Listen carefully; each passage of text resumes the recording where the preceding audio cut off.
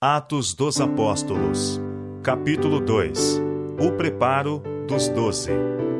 Para a tarefa de levar avante sua obra, Cristo não escolheu os doutos ou eloquentes do sinédrio judaico ou do poder de Roma.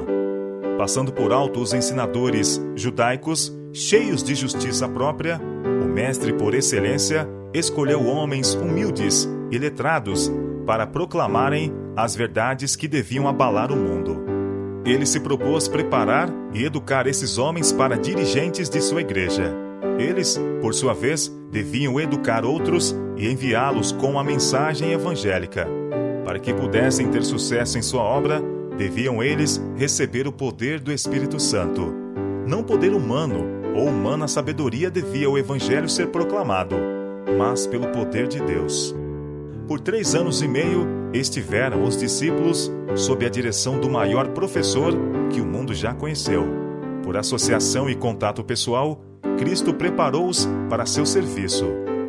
Dia a dia, caminhava a seu lado, conversando com ele, ouvindo suas palavras de ânimo aos cansados e quebrantados, e vendo a manifestação de seu poder em favor dos doentes e sofredores.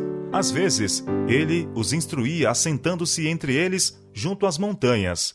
Outras vezes, junto ao mar ou andando pelo caminho, lhes revelava os mistérios do reino de Deus.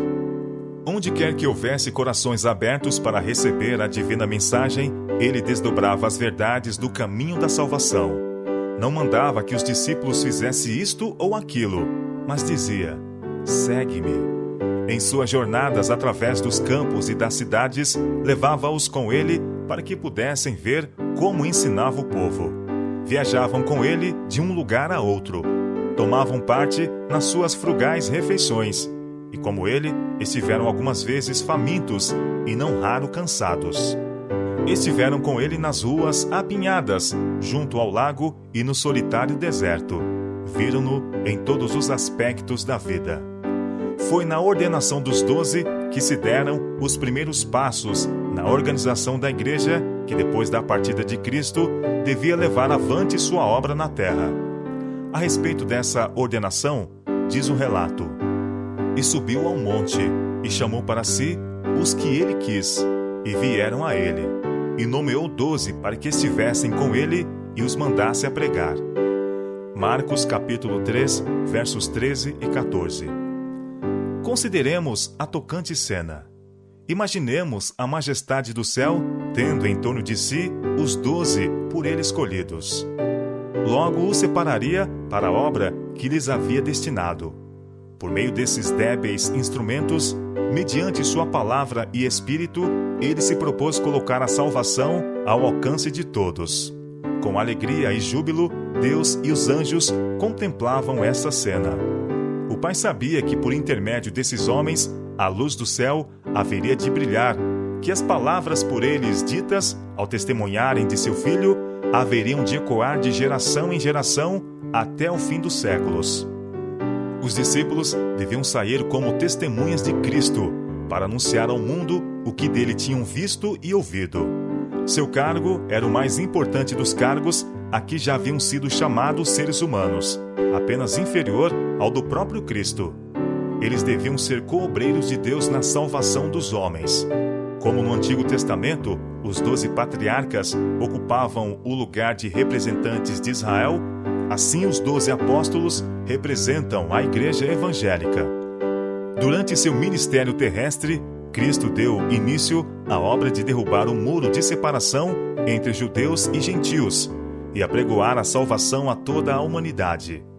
Embora fosse judeu, comunicava-se livremente com os samaritanos, anulando costumes farisaicos dos judeus com respeito a esse desprezado povo. Dormia sob seu teto, comia em suas mesas e ensinava em suas ruas. O Salvador ansiava por desdobrar aos discípulos a verdade referente à demolição da parede de separação entre Israel e as outras nações. A verdade de que os gentios são co-herdeiros dos judeus e participantes da promessa em Cristo pelo Evangelho. Essa verdade foi revelada em parte quando ele recompensou a fé do centurião de Cafarnaum e quando pregou o Evangelho aos habitantes de Sicar. Isso foi ainda mais plenamente revelado por ocasião de sua visita à Fenícia, quando curou a filha da mulher cananeia. Essas experiências ajudaram os discípulos a compreender que entre aqueles a quem muitos consideravam indignos da salvação, havia pessoas famintas da luz da verdade. Assim buscou Cristo ensinar aos discípulos a verdade de que, no reino de Deus, não há fronteiras territoriais, nem classes sociais, que eles deviam ir a todas as nações, levando-lhes a mensagem do amor do Salvador. Mas não foi senão mais tarde que compreenderam em toda a sua plenitude que Deus, de um só, fez toda a geração dos homens, para habitar sobre toda a face da terra, determinando os tempos já antes ordenados e os limites da sua habitação, para que buscassem ao Senhor, se porventura, tateando, o pudessem achar, ainda que não está longe de cada um de nós. Atos capítulo 17, versos 26 e 27. Uma grande diversidade caracterizava esses primeiros discípulos. Eles deviam ser ensinadores do mundo e representavam amplamente variados tipos de caráter. Para conduzir com êxito a obra para a qual haviam sido chamados, esses homens, diferindo em características naturais e em hábitos de vida, necessitavam chegar à unidade de sentimento, pensamento e ação. Essa unidade Cristo tinha por objetivo conseguir. Para alcançar esse fim, procurou mantê-los unidos a Ele. A responsabilidade que sentia em sua obra por eles é expressa em sua oração ao Pai, para que todos sejam um, como tu, ó Pai, o és em mim, e eu em ti. Que também eles sejam um em nós, para que o mundo conheça que tu me enviaste a mim, e que os tenha amado a eles como me tens amado a mim. João capítulo 17, versos 21 e 23. Sua constante oração por eles era que fossem santificados pela verdade. E ele orou com segurança, sabendo que um decreto da parte do Todo-Poderoso fora feito antes que o mundo tivesse vindo à existência. Sabia que o Evangelho do Reino devia ser pregado para testemunho a todas as nações, que a verdade, fortalecida com a onipotência do Santo Espírito, seria vitoriosa na batalha contra o mal, e que a bandeira sangrenta um dia haveria de tremular triunfante sobre seus seguidores. Ao aproximar-se o término do ministério terrestre de Cristo e reconhecer ele que logo precisaria deixar que seus discípulos levassem avante a obra sem sua pessoal supervisão, procurou encorajá-los e prepará-los para o futuro. Não os enganou com falsas esperanças. Como num livro aberto, leu o que deveria acontecer. Sabia que estava prestes a ser separado deles, para deixá-los como ovelhas entre lobos. Sabia que haveriam de sofrer perseguição, que seriam lançados fora das sinagogas e metidos nas prisões. Sabia que, por testemunharem dele como o Messias, alguns experimentariam a morte, e falou-lhes alguma coisa a respeito disso. Referindo-se ao futuro deles, foi claro e definido para que nas aflições que viriam pudessem lembrar suas palavras e ser fortalecidos para crer nele como Redentor. Falou-lhes também palavras de encorajamento e esperança. Não se turbe o vosso coração. Credes em Deus, crede também em mim. Na casa de meu Pai há muitas moradas. Se não fosse assim, eu vou-lo teria dito: vou preparar-vos lugar. E se eu for e vos preparar lugar, virei outra vez e vos levarei para mim mesmo, para que onde eu estiver, estejais vós também. Mesmo vós sabeis para onde vou e conheceis o caminho. João capítulo 14, versos 1 a 4. Por sua causa vim ao mundo, e em seu favor tenho trabalhado. Quando eu for, ardentemente em seu benefício. Vim ao mundo para me revelar, de modo que vocês possam crer. Vou para o meu Pai e o seu Pai, para atuar juntamente com ele em seu favor. Na verdade vos digo que aquele que crê em mim também fará as obras que eu faço, e as fará maiores do que estas, porque eu vou para meu Pai. João capítulo 14, verso 12. Não queria Cristo dizer com isso que os discípulos fariam maiores esforços do que os que ele havia feito, mas que sua obra teria maior amplitude.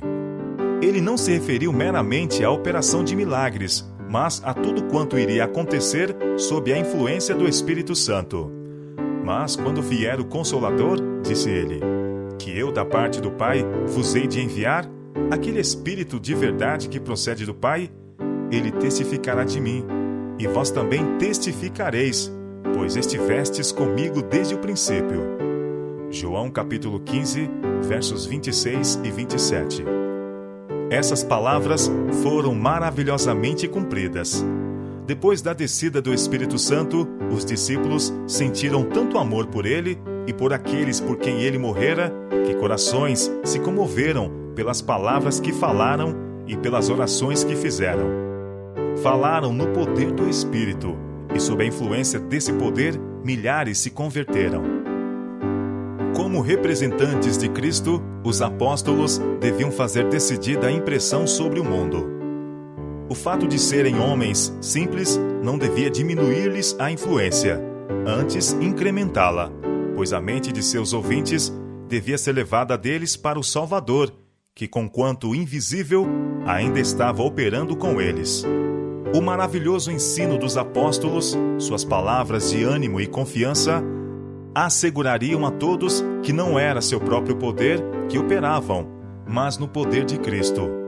Com humildade, declarariam que aquele que os judeus haviam crucificado era o príncipe da vida, o Filho do Deus vivo, e que em seu nome haviam feito as obras que ele fizera.